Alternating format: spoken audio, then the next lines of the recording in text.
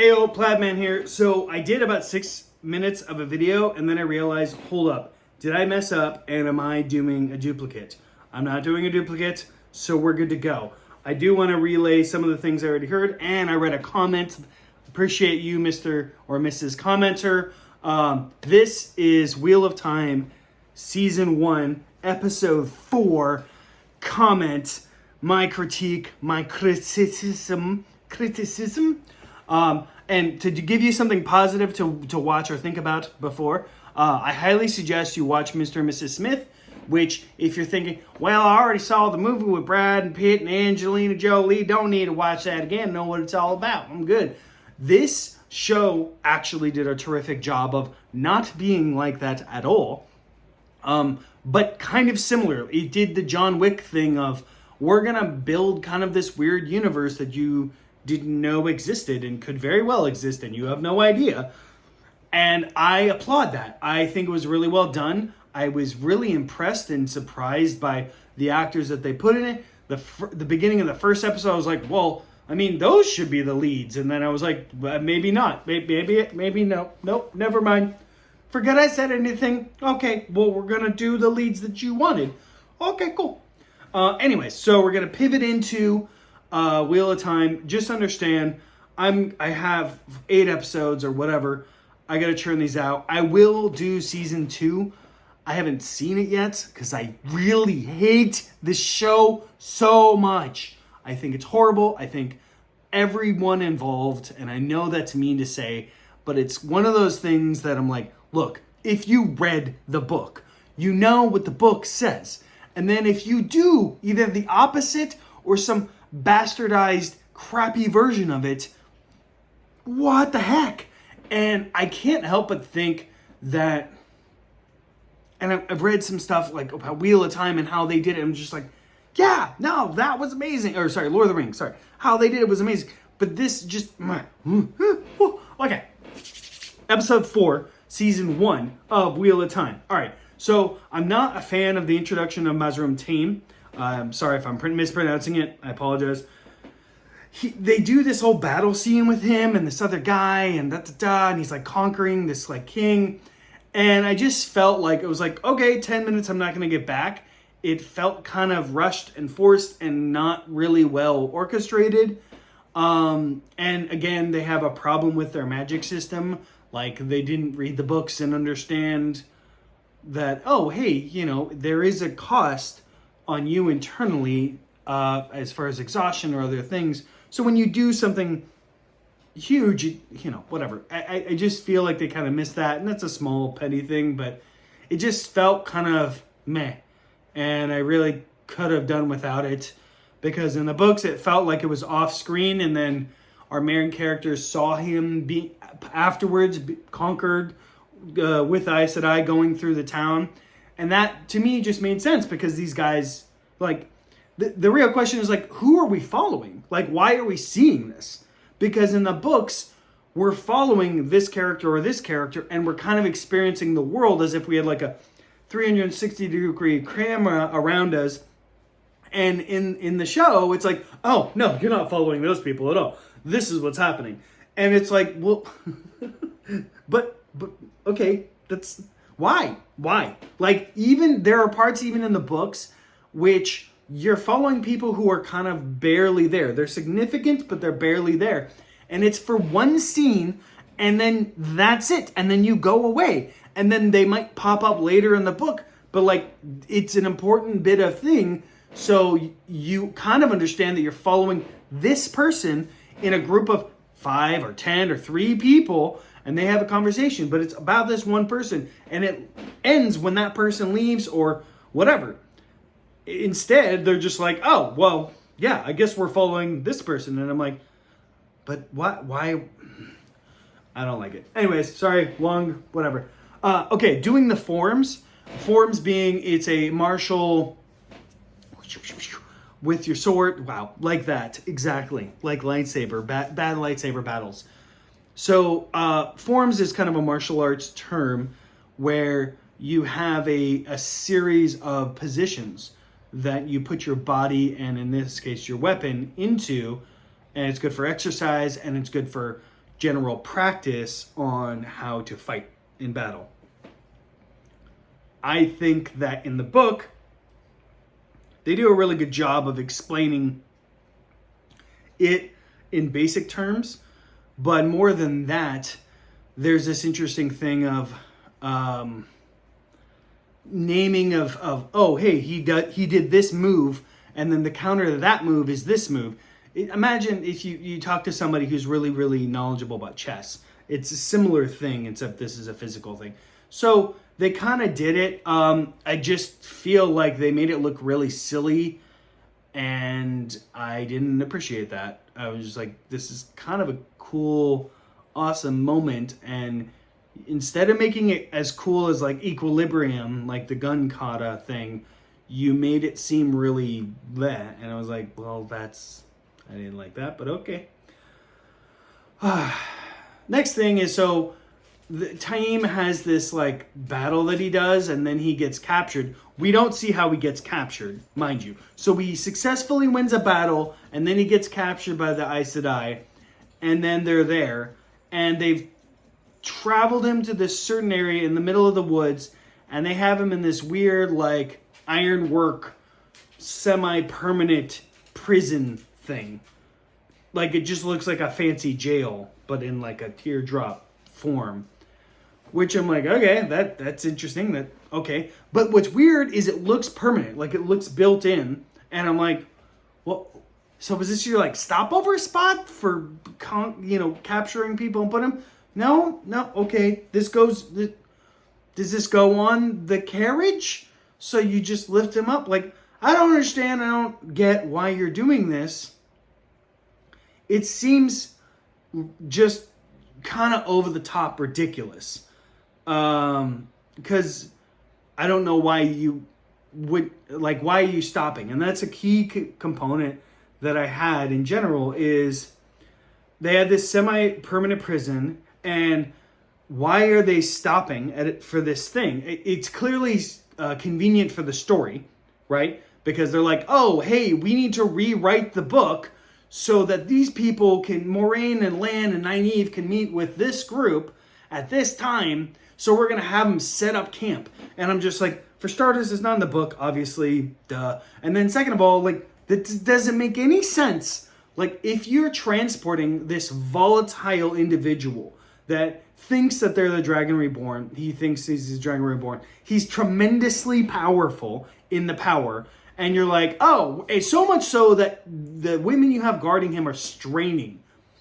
I imagine that you would just have more women, because there's like 15 of them, like have more women so that there's less stress on two. That would just make sense. And then you would move, like go, fast. Like move through, because the longer you wait, it's just going to make your women guarding him tireder and whatever. And then furthermore, sorry, I need to catch up.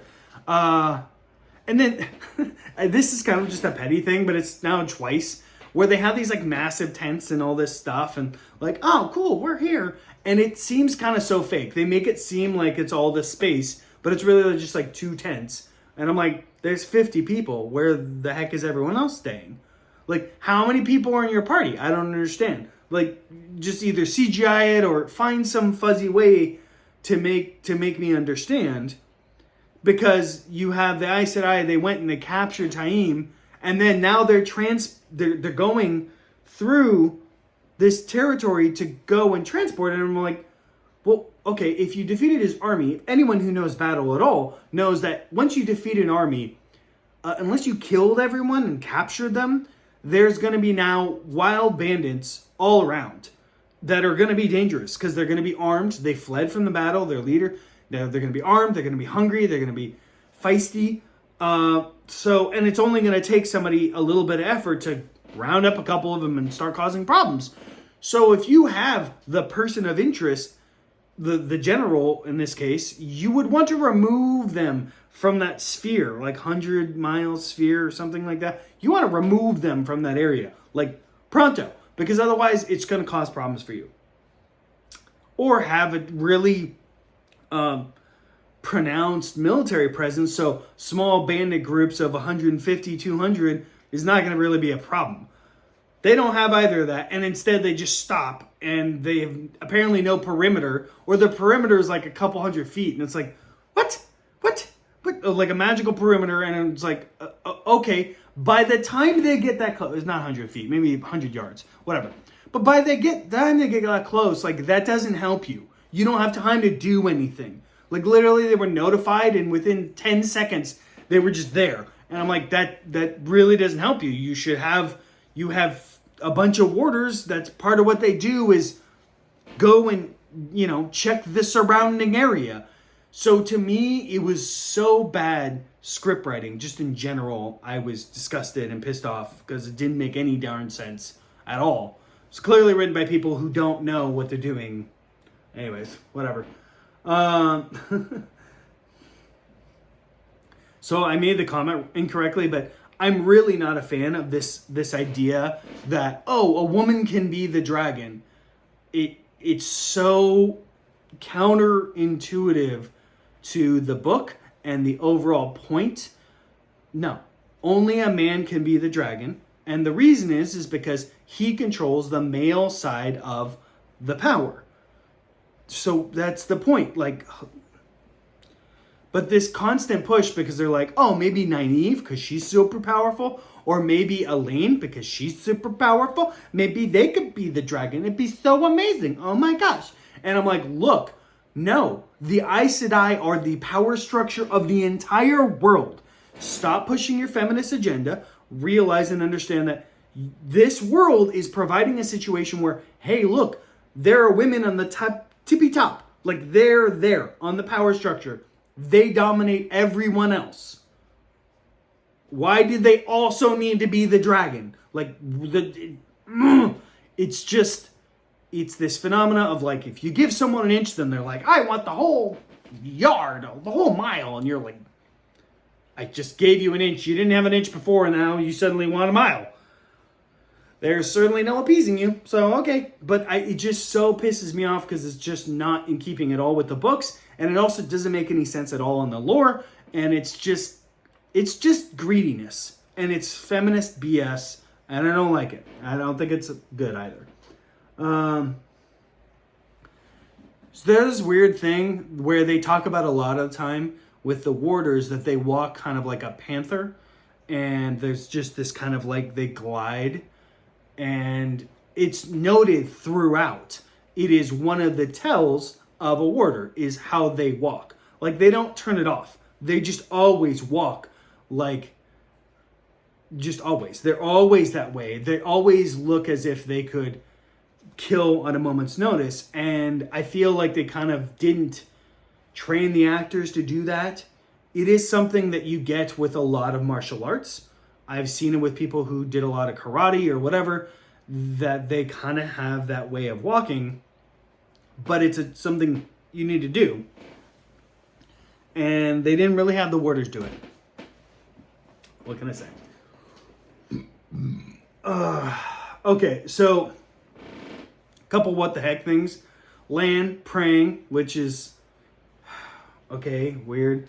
Nynaeve knowing the old tongue. Don't know why she would know the old tongue. The only person who kind of knew the old tongue a little bit was, not really Rand, but it would be Matt later, but way later. So it's just like, no, none of these people, they all live out basically in the Hodunk country. They don't know nothing. They barely know how to read and write. Like, so it's just so weird and such a weird thing to be like, and Nynaeve, she knows the old tongue. She's super awesome. It's like, stop. Nynaeve is an amazing entity and a character and a person in and of herself. You adding all this other stuff just overpowers her and makes it ridiculous, and it doesn't allow for her to have the weak points that she does to make it interesting. So that upset me. It was just so dumb. Okay. Made the Aes Sedai just like those that are leashed. Yeah, okay. Oh man, this is a long video. So the Aes Sedai have these rules, okay? They can't use the power on anybody unless they're being attacked or their warder is being attacked, okay? It's very specific. And it's like they physically won't be able to. It is a very, very significant thing. Moraine doesn't use it hardly at all unless it's a certain thing. Like her killing that dude, arguably, like with the raft, that didn't happen either. Like, no, she sunk the raft. She didn't sink the raft and the guy. So there's these rules that are not breakable at all. They swore on an oath rod, hey, I will never do this thing ever. One is lie. Another one is to make a weapon for mankind to harm others. And the third is to use the power against any human unless it's in defense of yourself or your warder. Now, there's this whole battle scene, and there is so many iterations of them just doing power. And it's just like, oh yeah, we're just going to upheave a bunch of dirt, or I'm going to stop a bunch of arrows. And I was like, oh, that's interesting. I was thinking stop a bunch of arrows and then have them, and then take away the power and have them just fall down.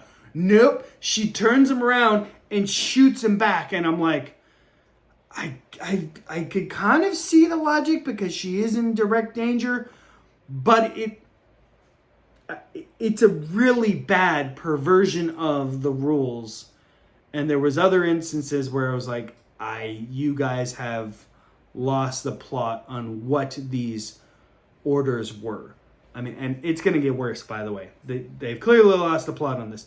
It was just super upsetting because it's one of the most diehard, like, these are the rules. And in one battle, they were just like, we don't care. Then there's this other thing where it's like, okay, so Logan, when he somehow breaks through numerous Aes Sedai trapping him, and he melts his iron cage around him.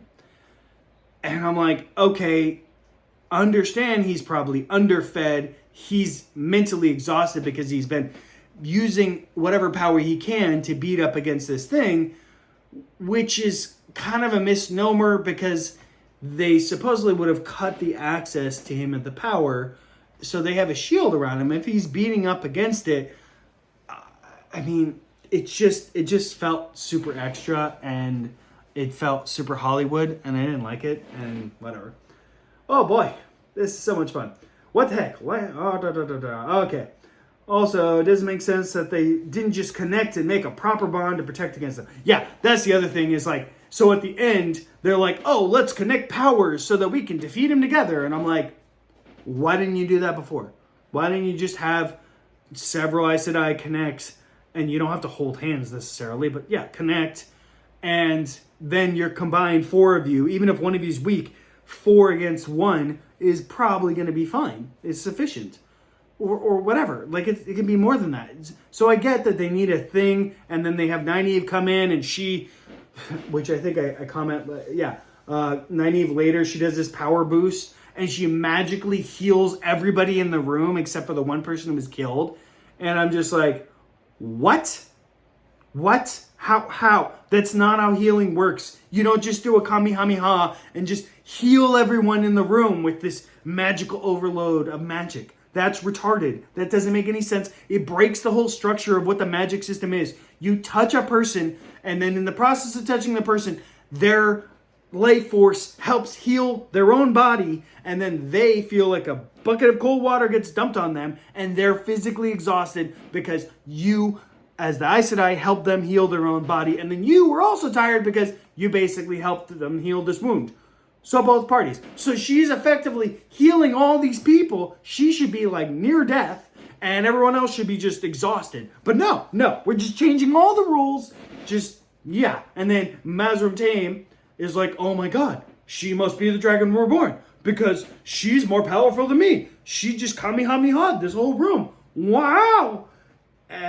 Like, no, that's, no.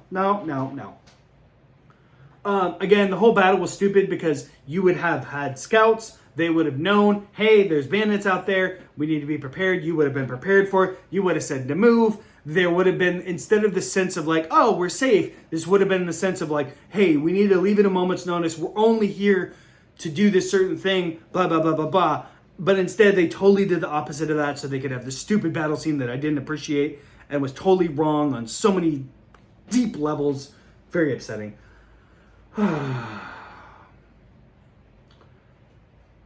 There were parts with like bubbles and axes that I did like in the battle scene. I can't even remember right now. I'm so pissed off. But there were parts in the battle scene that I thought were interesting and cool. Most of it I was like, no. And then they introduced Logain. And I just felt like it was meh. I was very unhappy with the introduction of Logain. Anyways, super long video. I'm sorry. It's primarily hate. I'm not trying to hate view the show. I'm just like telling you how me, Plaid Man, reader of Wheel of Time, can't read to listen to it again. I hate this show so much because it is the opposite. If I were to make a show, when I make a show about a book series that I love, I feel like first and foremost, I should get people around me who like also like it and agree on a certain aesthetic so that the fans have their input. Because what they've done here, supposedly there are fans, and to be fair, there's lots of you out there that love this stuff. I don't. I think it could have been done so much better, and I feel like they've wasted the opportunity of a potentially awesome show, but that's it for today. Love you all. Plaidman out.